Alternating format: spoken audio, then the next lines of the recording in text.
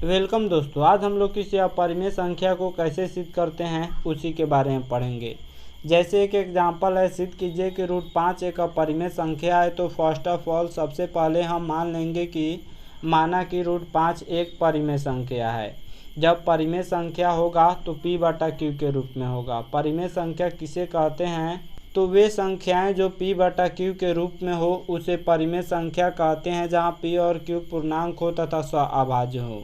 इसलिए √5 को हमने जब परिमेय माना है तो यह p/q के रूप में होगा। इसलिए √5 = p/q हो जाएगा, जहां p और q पूर्णांक है तथा सअभाज्य हैं और q ≠ 0 है। सअभाज्य किसे कहते हैं? तो वे दो संख्याएं जिनका HCF 1 हो उसे सअभाज्य संख्याएं कहते हैं। जैसे 8, 9 का HCF 1 होगा, अतः 8, 9 सअभाज्य हैं, यानी जिसमें एक कॉमन हो वह सअभाज्य संख्याएं कहलाती है। इसलिए √5 = p/q हो जाएगा, p/q हो जाएगा, जहां p और q पूर्णांक तथा सअभाज्य हैं और q ≠ 0 हैं।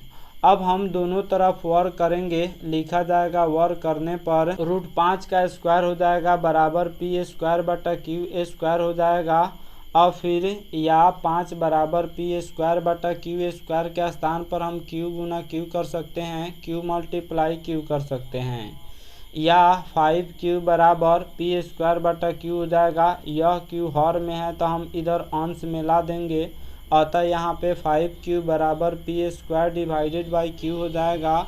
चूँकि p, q और 5 पूर्णांक है। पूर्णांक किसे कहते हैं? तो पूर्ण संख्या में ऋणात्मक चिन्ह लगाने से प्राप्त संख्याओं के संग्रह को पूर्णांक कहा जाता है। पूर्ण संख्या में जब ऋणात्मक चिन्ह लगा दिया जाता है तो उससे जिस संख्या का परिवार बनता है उसे पूर्णांक कहा जाता है। तो देखिए ऊपर p पूर्णांक है, q पूर्णांक है और 5 भी पूर्णांक है। इसलिए 5q भी क्या होगा? पूर्णांक होगा, क्योंकि पूर्णांक में पूर्णांक से गुना किया जाता है तो पूर्णांक प्राप्त होता है। इसलिए 5q पूर्णांक होगा, लेकिन जब पूर्णांक में पूर्णांक से भाग दिया जाता है तो भिन्न प्राप्त होता है। इसलिए p² पूर्णांक है, q भी पूर्णांक है, इसलिए p² / q क्या हो जाएगा? भिन्न हो जाएगा। तो पूर्णांक कभी भिन्न के बराबर नहीं हो सकता है, इसलिए लिखा जाएगा पूर्णांक ≠ भिन्न। अतः हमारी मान्यता गलत है, इसलिए हमने जो माना है परिमेय संख्या वह गलत साबित हुआ। इसलिए √5 एक अपरिमेय संख्या है, सिद्ध हो गया। यहाँ पे लिख दिया जाएगा प्रूव्ड, PROVED, यानी सिद्ध हुआ। तो इस तरह से किसी भी अपरिमेय संख्या को सिद्ध कर सकते हैं। चलते हैं दूसरे एग्जाम्पल की ओर। जैसे प्रश्न है, सिद्ध कीजिए कि √2 एक अपरिमेय संख्या है। तो मान लिया जाएगा माना कि √2 एक परिमेय संख्या है। अब जब परिमेय संख्या होगा तो p/q के रूप में होगा, इसलिए √2 बराबर p/q हो जाएगा, जहां p और q पूर्णांक है तथा सअभाज्य हैं और q ≠ 0 हैं। अब दोनों तरफ वर्ग कर दिया जाएगा। लिखा जाएगा वर्ग करने पर √2 का स्क्वायर बराबर p² / q² हो जाएगा, या 2 = p²q² के स्थान पर q गुना q कर सकते हैं। इसलिए 2 = p² / q हो जाएगा, या 2q बराबर p² / q हो जाएगा। चूँकि p, q और 2 पूर्णांक है, इसीलिए पूर्णांक में पूर्णांक से गुना किया जाएगा तो 2q भी पूर्णांक होगा, लेकिन p² / q भिन्न है। इसलिए 2q पूर्णांक है, p² / q भिन्न है, तो पूर्णांक भिन्न के बराबर नहीं हो सकता है। इसलिए लिखा जाएगा पूर्णांक ≠ भिन्न। अतः हमने जो परिमेय संख्या माना है वह गलत साबित हुआ, इसलिए हमारी मान्यता गलत है।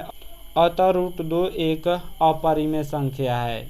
नेक्स्ट एग्जाम्पल है, सिद्ध कीजिए कि √3 एक अपरिमेय संख्या है। तो मान लिया जाएगा माना कि √3 एक परिमेय संख्या है।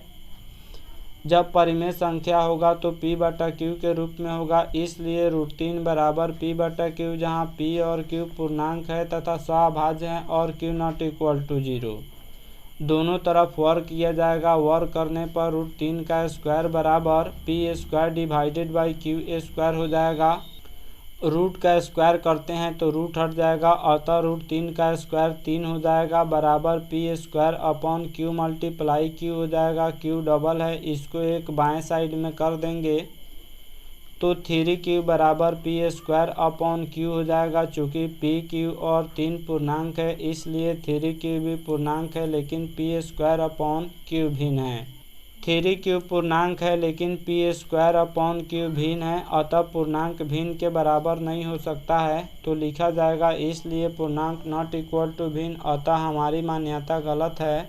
हमने जो माना है वह गलत साबित हुआ, इसलिए √3 एक अपरिमेय संख्या है। लिख दिया जाएगा यहाँ पे PROVED प्रूव्ड हुआ। अगले एग्जाम्पल की ओर चलते हैं। अगला प्रश्न है, सिद्ध कीजिए कि √7 एक अपरिमेय संख्या है। तो मान लिया जाएगा माना कि √7 एक परिमेय संख्या है। जब परिमेय संख्या होगा तो P/Q के रूप में होगा, इसलिए √7 बराबर P/Q हो जाएगा, जहाँ P और Q पूर्णांक है तथा सभाज्य हैं और Q नॉट इक्वल टू 0 हैं। दोनों तरफ वर्ग कर दिया जाएगा। लिखा जाएगा वर्ग करने पर √7 का स्क्वायर इक्वल टू P का वर्ग किया जाएगा तो P स्क्वायर Q का वर्ग किया जाएगा तो Q स्क्वायर हो जाएगा, या 7 equal to P square Q square के स्थान पर Q गुना Q कर सकते हैं। Q square equal to Q गुना Q कर सकते हैं। अतः यह हर में है तो इसको हम ऊपर ला देंगे, अंश में ला देंगे, इसलिए 7Q equal to P square upon Q हो जाएगा। तो चूँकि 7 भी पूर्णांक है Q भी पूर्णांक है, अतः 7Q पूर्णांक होगा लेकिन P स्क्वायर अपॉन Q भिन्न होगा, अतः पूर्णांक भिन्न के बराबर नहीं हो सकता है, इसलिए हमारी मान्यता गलत है। अतः √7 एक अपरिमेय संख्या है, लिख दिया जाएगा। तो लिखा जाएगा चूँकि P Q और 7 पूर्णांक है इसलिए 7Q भी पूर्णांक है लेकिन P स्क्वायर अपॉन Q भिन्न है, इसलिए पूर्णांक नॉट इक्वल टू भिन्न हो जाएगा। अतः हमारी मान्यता गलत है, इसलिए √7 एक अपरिमेय संख्या है। उम्मीद करता हूं कि आप लोग अपरिमेय संख्या सिद्ध करना सीख गए होंगे। इस वीडियो को लाइक करें, हमारे चैनल को सब्सक्राइब करें तथा अधिक से अधिक शेयर करें। Thanks for watching my video.